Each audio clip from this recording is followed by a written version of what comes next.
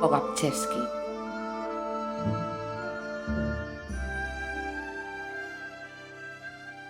Bogachevsky, o padre Blisi, vive todavía.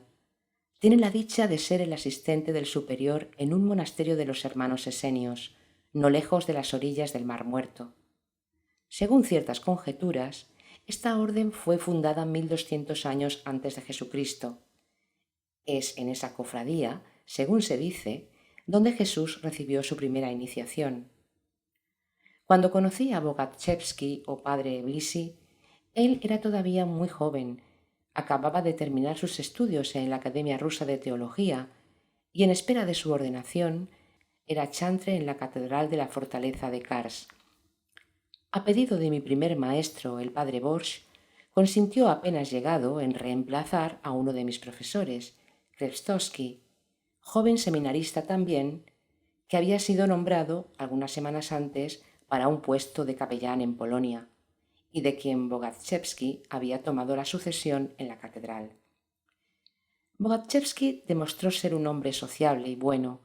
Muy rápidamente se ganó la simpatía de todo el clero, hasta la del candidato a sacerdote Ponomarenko, hombre rudo y mal hablado, que no se entendía con nadie. Bogachevsky se entendió tan bien con él que terminaron por vivir en el mismo apartamento al lado del jardín público cerca del cuartel de los bomberos. Aunque yo era aún muy joven en esos tiempos, muy pronto se establecieron entre Bogachevsky y yo relaciones cercanas a la camaradería. Iba a su casa en mis horas de libertad. También lo hacía para recibir mis lecciones por la noche después de cenar, y a menudo, terminada la lección, me quedaba para hacer mis deberes o para escuchar las conversaciones que tenía con Ponomarenko y los numerosos amigos que venían a visitarlos. Hasta los ayudaba a veces en livianas tareas domésticas. Entre los más familiares había un ingeniero militar, un tal Seslasky, compatriota de Bogachevsky, y el oficial de artillería Kuzmin, mecánico pirotécnico. Sentados en torno al samovar, discutían sobre toda clase de cosas. Yo seguía siempre con mucha atención las conversaciones de Bogachevsky y sus amigos, porque como leía en ese periodo una cantidad de libros sobre temas muy variados, en griego, en armenio y en ruso, me interesaba en muchos asuntos, pero claro está, a causa de mi poca edad, nunca me inmiscuía en la conversación. La opinión de esos hombres era de peso para mí, porque entonces sentía mucho respeto por los que habían hecho estudios superiores. Además, bajo el impulso de todas esas conversaciones y discusiones, de los que se reunían en casa de mi maestro Bogachevsky para matar el tiempo y llenar la monótona vida de esa lejana y aburrida ciudad de Kars, se despertó mi interés por los asuntos abstractos.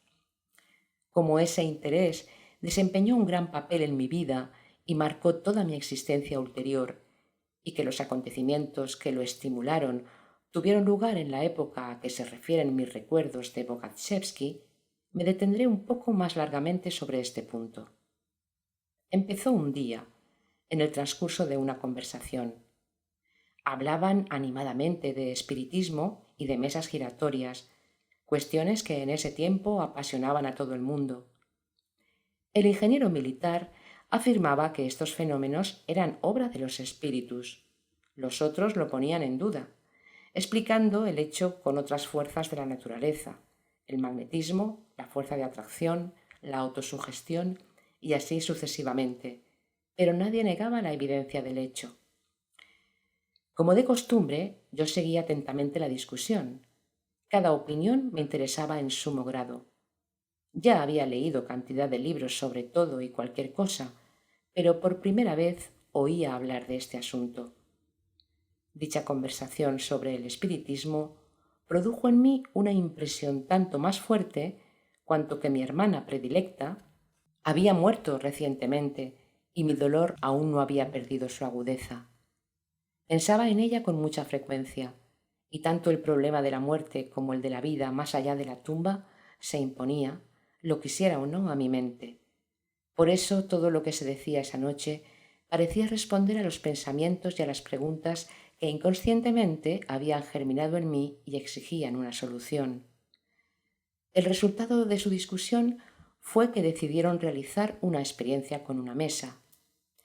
Se necesitaba para eso una mesa de 3 patas. Había una en un rincón, pero el ingeniero militar, especialista en la materia, la rechazó porque estaba armada con clavos y, como nos lo explicó, la mesa no debía tener ni trazas de hierro. Me enviaron a casa del vecino, un fotógrafo, a preguntarle si no tenía una de ese tipo. Tenía una y la traje. Era de noche. Después de cerrar las puertas y bajar la luz, nos sentamos todos y, habiendo puesto de cierta manera las manos sobre la mesa, nos quedamos esperando. Al cabo de 20 minutos, nuestra mesa empezó realmente a moverse y a la pregunta del ingeniero ¿qué edad tiene tal persona?, contestó dando golpes cierto número de veces con una pata. ¿Cómo y por qué daba golpes? Yo no lo comprendía, ni tampoco intentaba explicármelo. Tan grande era la impresión de que un inmenso dominio desconocido se abría ante mí. Lo que oí y lo que vi me trastornó tan profundamente que de regreso a casa reflexioné toda la noche y toda la mañana del día siguiente y hasta resolví hablar con el padre durante la clase y le conté en efecto la conversación y la experiencia de la víspera. Todo eso es absurdo, respondió mi primer maestro. Tú no debes pensar en esas cosas ni ocuparte de ellas, sino estudiar lo que es indispensable que sepas para llevar una existencia soportable. Y no pudo abstenerse de añadir, pero cabecita de ajo, tal era su expresión favorita. Reflexiona un instante. Si los espíritus pudieran realmente dar golpes sirviéndose de la pata de una mesa, eso querría decir que poseen alguna fuerza física, y si así fuera, ¿por qué habrían de recurrir a un medio tan estúpido y al mismo tiempo tan complicado para comunicarse con los hombres? Podrían muy bien transmitir lo que quieren decir con un toque o por cualquier otro medio. Aunque yo apreciara la opinión de mi viejo maestro, no podía aceptar sin crítica su categórica respuesta, tanto más cuanto que me parecía que mi joven profesor y sus amigos, que salían de la academia y otras escuelas superiores, podían conocer ciertos hechos mejor que este anciano, cuyos estudios remontaban a una época en la que la ciencia estaba mucho menos desarrollada. Así, a pesar de todo el respeto que sentía por el anciano, guardé alguna duda en cuanto a su manera de encarar problemas referentes a altas materias. De esta suerte, la pregunta quedó para mí sin respuesta. Traté de resolverla con la ayuda de los libros que me prestaban Bogaczewski, el padre Borsch y otros. Pero como mis estudios no me permitían detenerme mucho tiempo en una materia que les era extraña, terminé por olvidar este asunto y dejé de pensar en él. El tiempo pasaba. Mi trabajo con mis diferentes maestros se hacía más intenso. Ya no iba sino de vez en cuando, en los días de fiesta, a visitar a mi tío en Alexandropol, donde tenía muchos compañeros. Iba también allí para ganar algún dinero, porque siempre lo necesitaba, tanto para mis gastos personales, ropa, libros, etc., como para ayudar ocasionalmente a tal o cual miembro de mi familia que se encontrara en apuros. Si iba a trabajar en Alexandropol, era porque allí todo el mundo me conocía como graduado en el arte de hacer de todo, y a veces uno y a veces otro me llamaba para fabricar o reparar algo, tallar para un terreno en una piedra del país una estufa de forma particular, bordar un cojín destinado a un ajuar o la decoración de un salón. En resumen, tenía una vasta clientela y siempre encontraba suficiente trabajo, bastante bien pagado para la época. En Kars, al contrario, yo frecuentaba gente que con mi joven comprensión consideraba hombres de ciencia o miembros de la alta sociedad, y no quería que me considerasen un artesano, ni tampoco dejar sospechar que mi familia vivía en aprietos y que me veía forzado a ganarme la vida como un simple obrero. Todo eso hería entonces profundamente mi amor propio. Así pues, ese año fui como de costumbre a las Pascuas de Resurrección a Alexandropol, a un centenar de kilómetros de Kars, a la casa de la familia de mi tío, con quien estaba muy ligado y de quien siempre había sido el favorito. Al día siguiente de mi llegada, durante el desayuno, mi tía me dijo: Oye, ten mucho cuidado de que no te suceda nada. Me sorprendí. ¿Qué podría pasarme? Y le pregunté qué quería decir. Yo, me respondió, no creo en eso sino a medias, pero como algo que me habían predicho acerca de ti sucedió, temo que el resto también suceda. Y me contó lo siguiente. Al principio del invierno, pasó como todos los años por Alexandropol el Yunasog Mardiros, el inocente.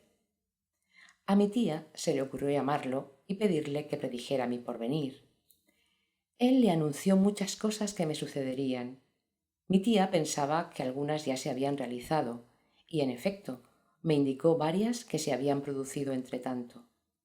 Pero a Dios gracias, prosiguió, hay todavía 2 cosas que no te han ocurrido. Predijo que tendrías una herida en el costado derecho y que pronto serías víctima de un grave accidente debido a un arma de fuego. Por lo tanto, pon mucho cuidado donde quiera que se dispare, concluyó mi tía, afirmándome que no creía en ese loco, pero que sería preferible, a pesar de todo, ser muy prudente. En cuanto a mí, me sorprendió lo que me contaba, porque 2 meses antes había en verdad sufrido un furúnculo en el costado derecho, que tuve que tratarme durante varias semanas, yendo casi todos los días a hacérmelo curar en el hospital militar. Pero no había hablado de eso con nadie, ni siquiera con los míos, y por consiguiente mi tía, que vivía lejos, no había podido saberlo. Sin embargo, no daba ninguna importancia particular a este relato, porque no creía en lo más mínimo en esos adivinos y no tardé en olvidar la predicción. Tenía en Alexandropol un amigo de nombre Fatinov. Este tenía un camarada, un tal Gobarkun, hijo del comandante de un regimiento de Bakú establecido en el barrio griego de la ciudad. Alrededor de una semana después del relato de mi tía, ese Fatinov me vino a ver y me propuso acompañarlo, así como a su compañero, a cazar patos salvajes. Pensaba ir al lago Alageuz, situado sobre una de las vertientes de la montaña del mismo nombre. Consentí en ello, pensando que era una buena ocasión para descansar, porque realmente me había cansado mucho en los últimos tiempos estudiando unos libros de patología nerviosa que me apasionaban. Además, desde mi temprana edad me gustaba mucho la caza. Solo tenía 6 años cuando un día, sin pedir permiso, tomé el fusil de mi padre y me fui a cazar gorriones. El primer disparo me tumbó. Eso no me enfrió, sino que al contrario, no hizo sino aumentar mi ardor. Claro está, me quitaron al punto el fusil y lo colgaron de tal manera que no pudiera alcanzarlo. Pero no tardé en fabricarme uno con viejos cartuchos a los que adapté los cilindros de cartón de mi pequeña carabina. Con este fusil cargado con granalla de plomo, daba en el blanco como con uno verdadero. Tuvo tal éxito entre mis camaradas que todos me encargaron unos semejantes y a la vez que pasaba por un famoso armero, conseguí unas buenas entraditas. Así pues, 2 días más tarde, Fatinov y su amigo vinieron a buscarme y salimos de cacería. Debíamos recorrer a pie unas 20 versas. Tuvimos que ponernos en camino al alba, a fin de llegar al sitio la noche misma sin apresurarnos y poder acechar al día siguiente temprano el primer vuelo de los patos. Éramos 4, porque un soldado, ordenanza del comandante Gobarkun, se había unido a nosotros. Todos teníamos armas y Gobarkun hasta tenía un fusil del ejército. Cuando llegamos cerca del lago, hicimos un fuego y después de cenar, construimos una choza y nos acostamos. En pie antes del alba, escogimos cada uno nuestro sector en la orilla del lago y nos pusimos a esperar. A mi izquierda estaba Gobarkun. Disparó sobre el primer pato cuando todavía volaba muy bajo y la bala me alcanzó de lleno en la pierna. Por suerte, atravesó las carnes sin tocar el hueso. Naturalmente, toda la cacería se echó a perder. Mi pierna sangraba mucho, empezaba a dolerme y mis compañeros tuvieron que llevarme a todo lo largo del camino sobre una camilla hecha con nuestros fusiles, pues no me era posible caminar. En casa, la herida cerró rápidamente, ya que solo los músculos habían sido tocados, pero cojeé durante largo tiempo.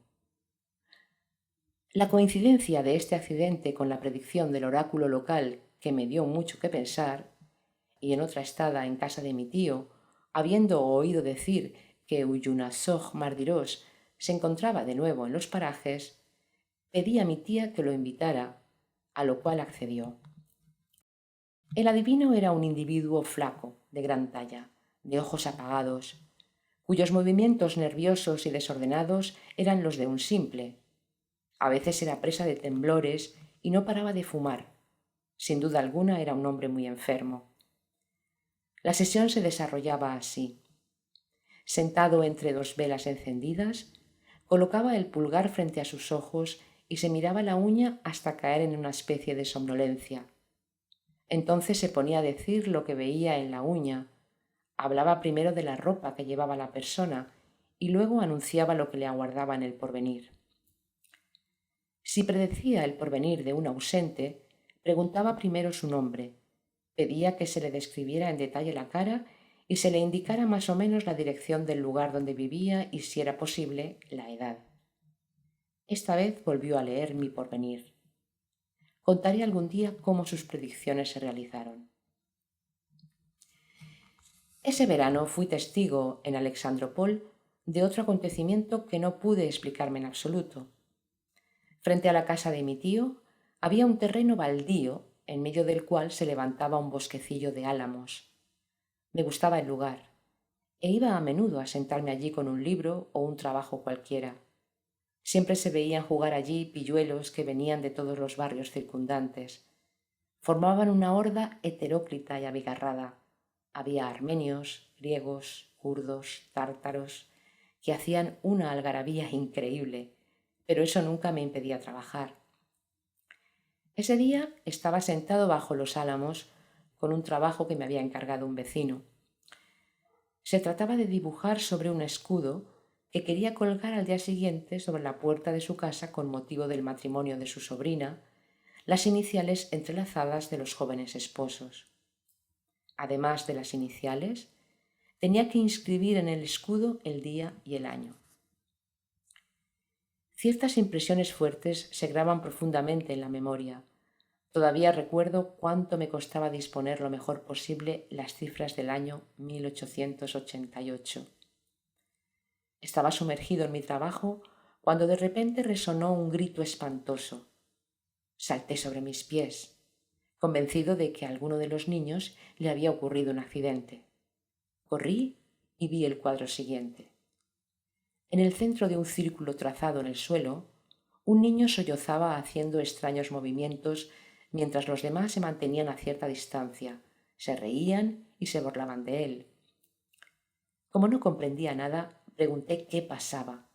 Me dijeron que el niño pertenecía a la secta de los yesídas, que habían trazado un círculo alrededor de él y que no podría salir de allí mientras no lo borraran.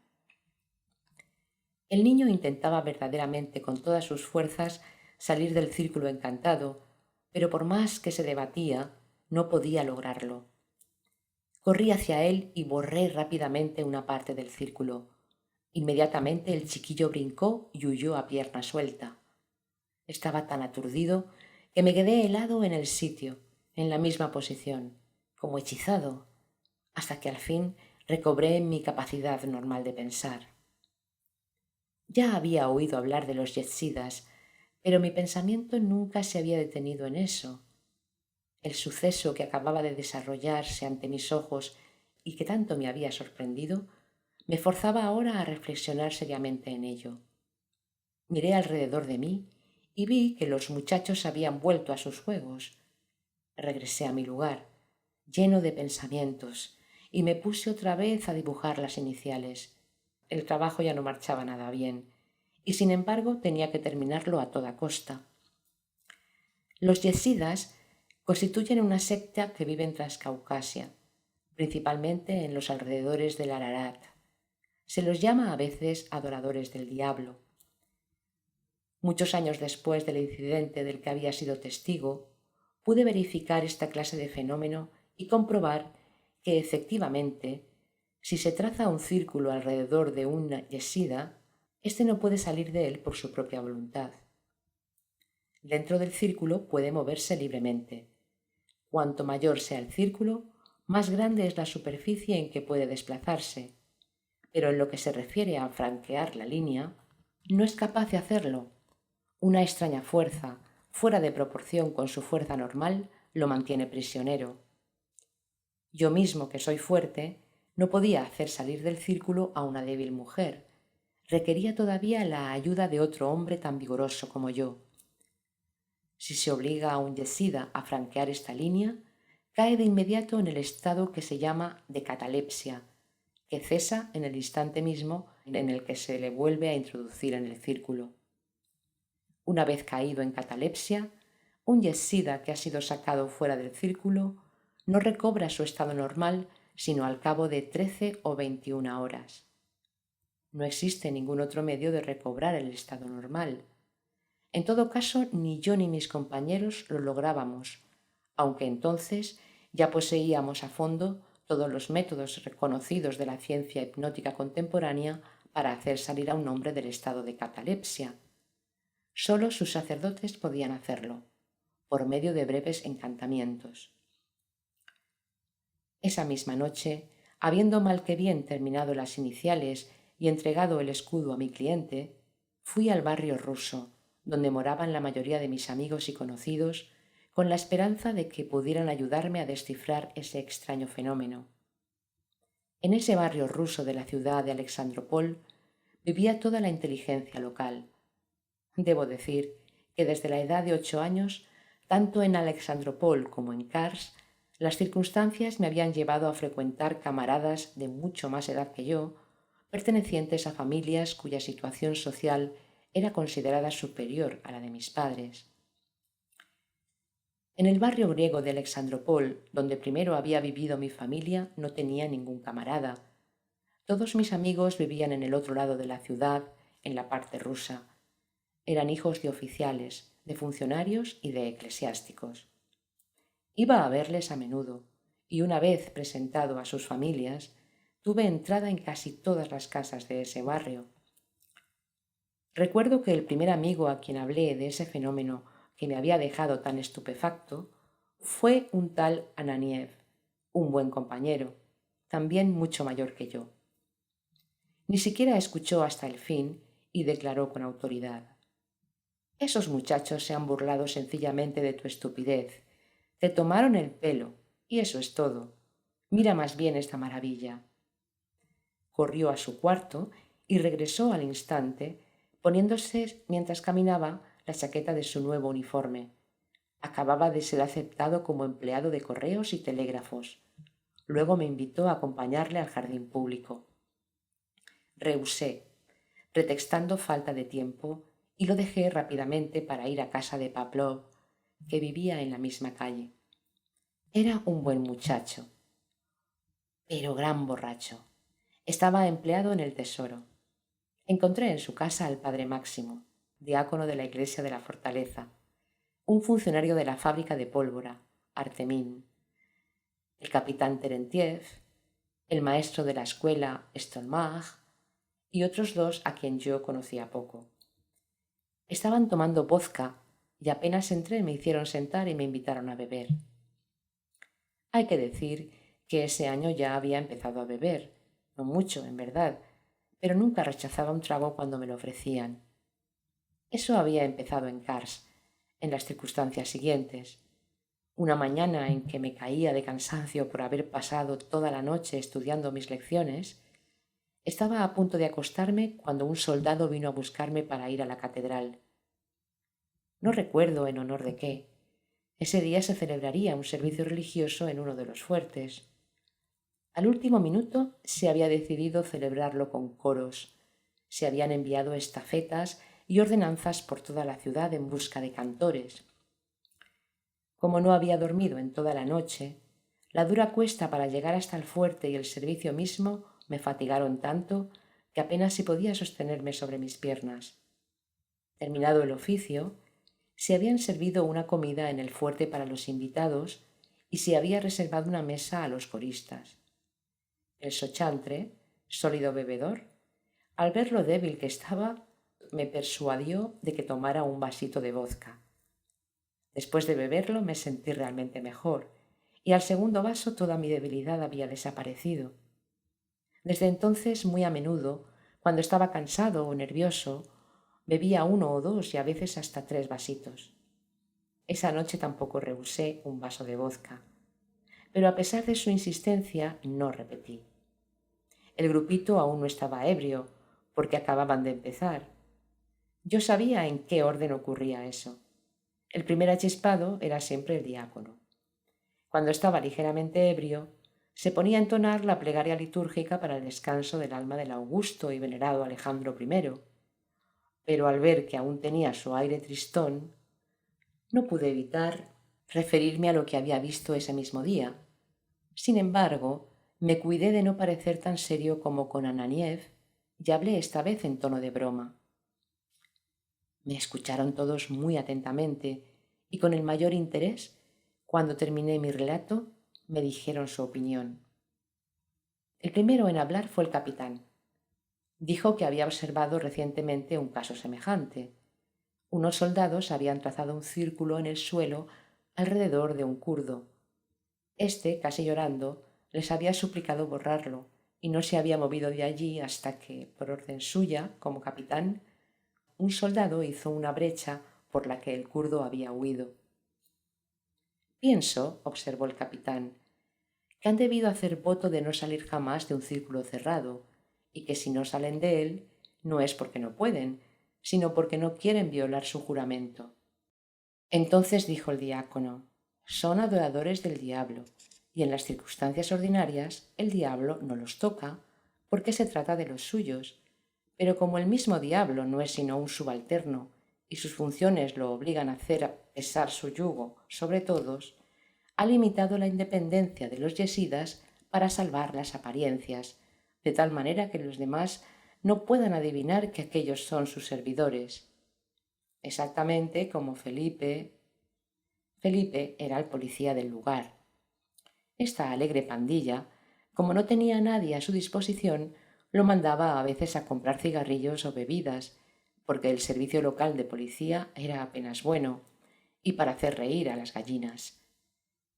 Por ejemplo, prosiguió el diácono, si hago escándalo en la calle, Felipe se ve forzado a llevarme a la comandancia, pero simplemente por la forma, a fin de que los demás no tengan nada que decir. Apenas hemos dado la vuelta a la esquina, me suelta y no deja de decirme, «No se olvide del regalito, vuestra merced». Pues bien, el maldito hace lo mismo con los suyos, los yesidas. Ignoro si inventó ese cuento en el mismo momento o si era verdadero. El empleado del tesoro dijo que nunca había oído hablar del asunto, que según él nada semejante podía existir y que lamentaba mucho que personas inteligentes como nosotros pudieran creer en tales prodigios y que además se rompieran la cabeza a propósito de ellos. El maestro de escuela, Stolmach, dijo que, por el contrario, creía en la realidad de los fenómenos sobrenaturales y que si la ciencia positiva no podía aún descifrarlos todos, estaba perfectamente convencido de que con los rápidos progresos de la civilización contemporánea, la ciencia pronto probaría que todas las singularidades del mundo metafísico podían explicarse enteramente por causas físicas. En cuanto al hecho de que hablamos, prosiguió, pienso que se trata aquí de uno de esos fenómenos magnéticos sobre los cuales las luces de la ciencia trabajan actualmente en Nancy. Quería agregar algo, pero Pavlov lo interrumpió exclamando, «Que el diablo se lleve a todos los adoradores del diablo, que se les dé a todos media botella de vodka y ningún círculo los retendrá más. Bebamos más bien a la salud de Isakov». Isakov era el propietario de la destilería local. Estas conversaciones no calmaban mis pensamientos, sino todo lo contrario.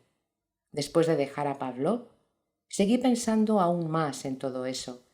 Al mismo tiempo me asaltaban dudas sobre las personas que hasta entonces había considerado como instruidas. En la mañana siguiente me encontré por azar con el médico jefe de la 39 División, el doctor Ivanov. de visita en la casa de un vecino armenio que me había llamado para servirle de intérprete. Ivanov gozaba de mucha fama en la ciudad. Tenía una vasta clientela y yo lo conocía muy bien, porque a menudo venía a casa de mi tío. Después de la consulta le pregunté: «Vuestra Excelencia», tenía el grado de general, «¿tendría usted la bondad de explicarme por qué un yesida no puede salir de un círculo?» «Ah, usted se refiere a los adoradores del diablo», dijo. «Es sencillamente histeria». «¿Histeria?», pregunté. «Sí, histeria». Y se puso a desilvanar un cuento interminable, pero de todo lo que me dijo solo comprendí que la histeria era la histeria. Y eso yo ya lo sabía, por la sencilla razón de que en la biblioteca del Hospital Militar de Kars no había un solo libro de patología nerviosa o de psicología que no hubiese leído. Y lo había hecho muy atentamente, parándome casi en cada línea. Tanto deseaba hallar en estas ramas de la ciencia una explicación a las mesas giratorias. De manera que comprendía ya perfectamente que la histeria era la histeria, pero quería saber más. Cuanto más advertía la dificultad de encontrar una respuesta, más me roía la curiosidad. Durante unos días no fui el mismo de siempre. No quería hacer nada. Solo pensaba en una cosa: ¿dónde está la verdad? ¿En lo que está escrito en los libros y en lo que me enseñan mis maestros? ¿O bien en los hechos con los cuales me tropiezo? De pronto sobrevino un nuevo acontecimiento que acabó de desconcertarme. 5 o 6 días después de la historia del yesida, iba temprano a lavarme a la fuente. Era costumbre lavarse allí todas las mañanas con agua de manantial. Divisé en la esquina de la calle un grupo de mujeres que hablaban animadamente y me acerqué y supe lo siguiente. Esa noche, en el barrio tártaro, había aparecido un gormaj. El pueblo llama así a un espíritu maligno que se introduce en el cuerpo de un hombre que acaba de morir y aparece bajo sus rasgos para cometer toda clase de malas pasadas a los vivientes y sobre todo a los antiguos enemigos del difunto. Uno de esos espíritus, pues, había aparecido en el cuerpo de un tártaro enterrado la víspera, el hijo de Marian Bakshi. Me había enterado de la muerte y funeral de ese hombre porque su casa era vecina de la antigua casa de mi padre, donde vivíamos todos antes de mudarnos a Kars. Había ido allí la víspera a cobrar el alquiler de los inquilinos y, aprovechando la ocasión, fui a casa de unos vecinos tártaros y había visto llevar al muerto. Lo conocí muy bien, porque nos visitaba con frecuencia. Era un hombre joven que acababa de ser nombrado agente del orden público. Algunos días antes, durante una yigitotka, se había caído del caballo y se decía que le habían anudado los intestinos. A pesar de que un médico militar llamado Kulchevsky le hizo tragar todo un vaso de mercurio para enderezárselos, el pobre diablo había muerto y, según la costumbre tártara, se le había enterrado con toda rapidez. Fue entonces, al parecer, cuando el espíritu maligno se introdujo en su cuerpo y trató de llevarlo de nuevo a la casa. Pero alguien que se dio cuenta por casualidad dio la alarma y tocó a rebato, y los buenos vecinos, para no permitir a ese espíritu cometer grandes desgracias, habían degollado al tártaro en el acto y llevado de regreso al cementerio. Allí los adeptos de la religión cristiana hasta creen que esos espíritus no se introducen sino en los tártaros, por tener éstos la costumbre, en vez de sellar inmediatamente la tumba, de echarle un poco de tierra y a menudo hasta depositar allí alimentos. Sacar el cuerpo de un cristiano profundamente hundido en la tierra es difícil para los espíritus, por lo cual prefieren a los tártaros. Este incidente acabó por dejarme estupefacto. ¿Cómo explicármelo? ¿Qué sabía yo de todo esto? Estoy mirando. En la esquina de la calle aparece mi tío, el venerable Georgi Merkurov, con su hijo liceísta de secundaria, que hablan de todo aquello con un funcionario de la policía, a quien todo el mundo considera como un hombre muy honorable. Han vivido todos muchísimo más que yo. Saben muchas cosas sobre las cuales ni he soñado. ¿Es que se ve en sus rostros indignación, tristeza o sorpresa? No, hasta se diría que se alegran de que siquiera una vez se haya podido castigar a ese espíritu y frustrar sus maniobras.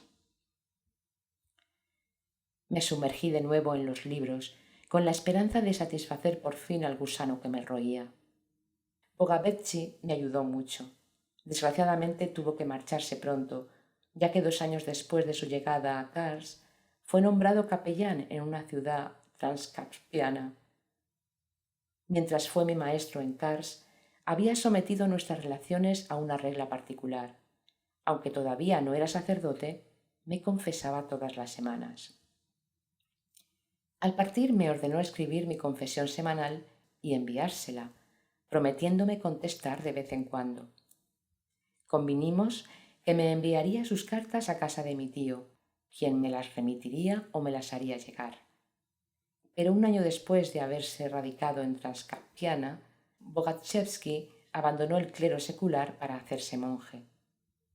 De dar crédito a ciertos rumores, había sido llevado a esta decisión por la conducta de su joven mujer, que había tenido un romance con un oficial.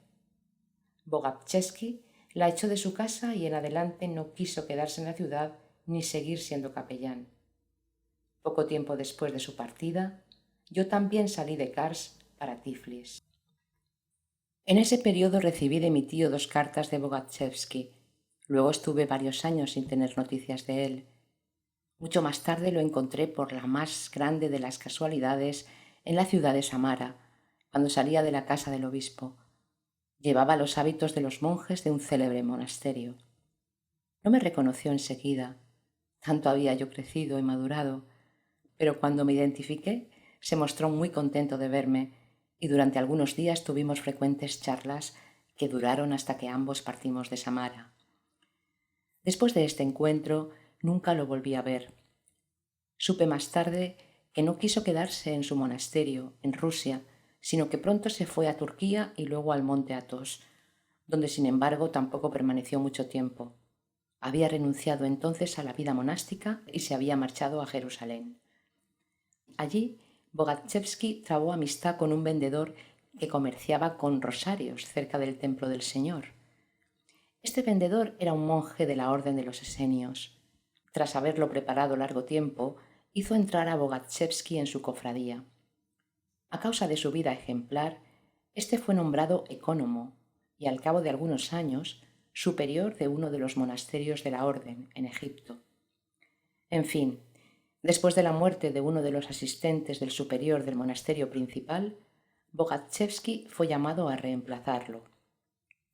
Supe muchas cosas sobre la vida extraordinaria que había llevado en ese periodo, gracias a los relatos de uno de mis amigos, un derviche turco, que lo veía a menudo y a quien yo encontraba en Bruce. Mientras tanto, mi tío me había enviado otra carta de Bogatchevsky. Esta contenía, además de algunas palabras de bendición, una pequeña fotografía suya en hábitos de monje griego y varias visitas de lugares santos de las cercanías de Jerusalén. Cuando se hallaba todavía en Kars, esperando su ordenación, Bogatchevsky me había expuesto un concepto muy original de la moral. Me enseñó que existían en la tierra 2 morales, una objetiva, establecida por la vida desde hace miles de años, y la otra subjetiva, particular a individuos aislados como a naciones enteras, imperios, familias, categorías sociales, etc. La moral objetiva, me dijo un día, se funda bien sobre la vida, bien sobre los mandamientos que Dios mismo nos ha dado por la voz de sus profetas. Llegó a ser poco a poco en el hombre el principio constitutivo de lo que se llama la conciencia, y esta conciencia, a su vez, sostiene la moral objetiva.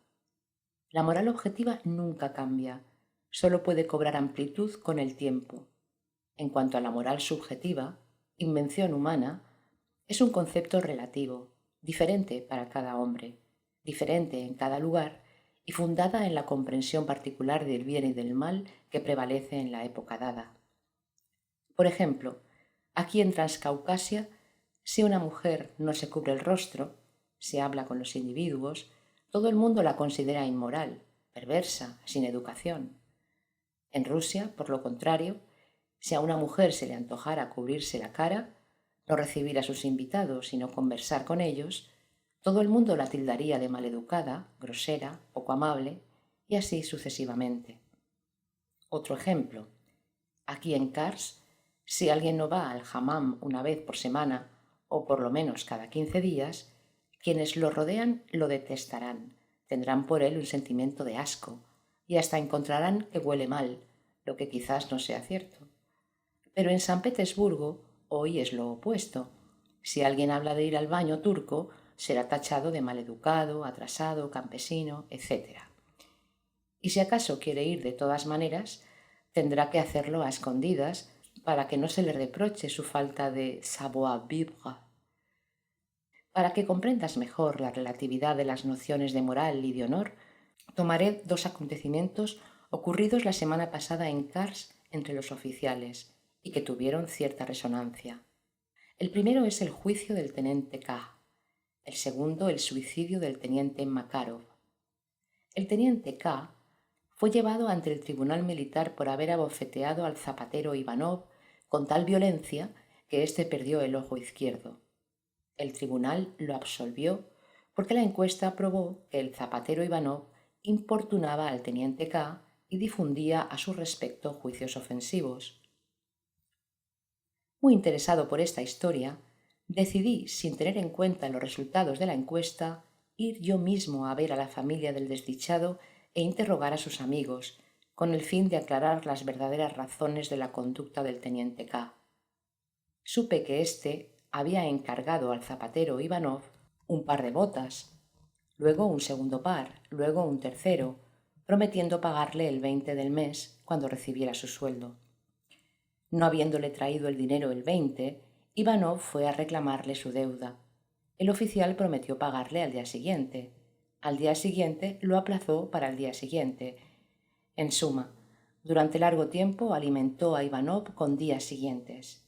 Ivanov volvía una y otra vez, porque el dinero que se le debía representaba para él una suma importante. Era casi todo lo que poseía, las economías que su mujer, la bandera, había hecho, centavo a centavo, durante años, y que había servido para la compra de los materiales necesarios para las botas del oficial. Por otra parte, si el zapatero Ivanov persistía en reclamar el pago, era porque tenía 6 hijos que alimentar. La insistencia de Ivanov terminó por cansar al oficial. Primero le hizo decir por su ordenanza que no estaba en casa. Luego lo echó, simplemente, y hasta llegó a amenazarlo con hacerlo apresar. En fin, el teniente había mandado a su ordenanza que si osaba volver le diera una buena paliza. Cuando Ivanov se presentó, el ordenanza, que era hombre compasivo, en vez de molerlo a golpes como se le había ordenado, quiso persuadirlo como amigo de que no importunara más a su grandeza. Lo invitó pues a la cocina para hablarle. Mientras Ivanov se sentaba en un taburete, se puso a desplumar un ganso para asarlo, a lo cual Ivanov no pudo menos que observar. Y así es. Esos señores se regalan cada día con gansos asados, pero no pagan sus deudas, y mientras tanto mis hijos se quedan con hambre. Pues bien, en ese preciso instante el teniente K entraba por casualidad en la cocina. Al sorprender estas palabras, tuvo tal arrebato de furor que tomó de la mesa una pesada remolacha y golpeó con ella en pleno rostro a Ivanov, tan brutalmente que le hizo saltar un ojo. El segundo acontecimiento es, por decirlo así, el inverso del primero.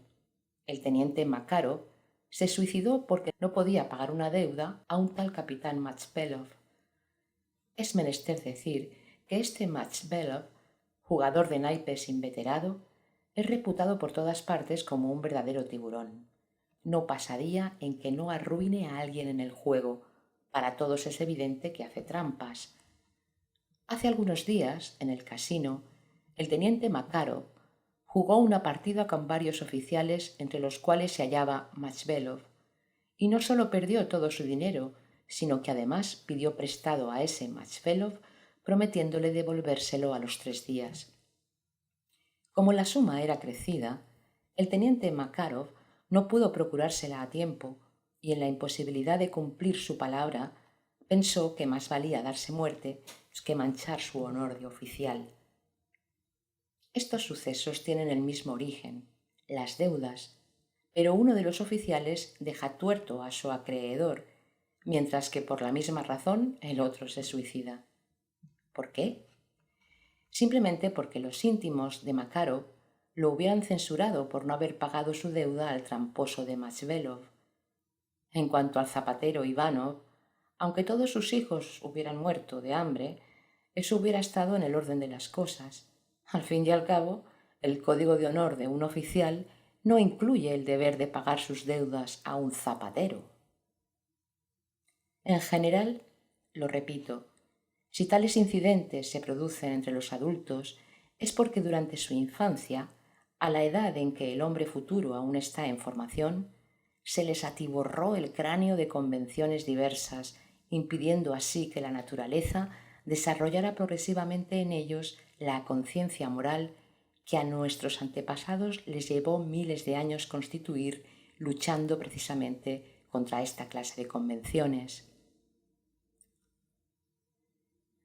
Bogachevsky me exhortaba a menudo a no aceptar ninguna de las convenciones del medio en que vivía, ni tampoco las de ningún otro. Decía: son las convenciones de las que se está repleto las que constituyen la moral subjetiva, pero una vida verdadera exige la moral objetiva, que sólo puede provenir de la conciencia. La conciencia es en todas partes la misma. Es aquí tal como es en San Petersburgo, en América, en Kamchatka o en las Islas Salomón.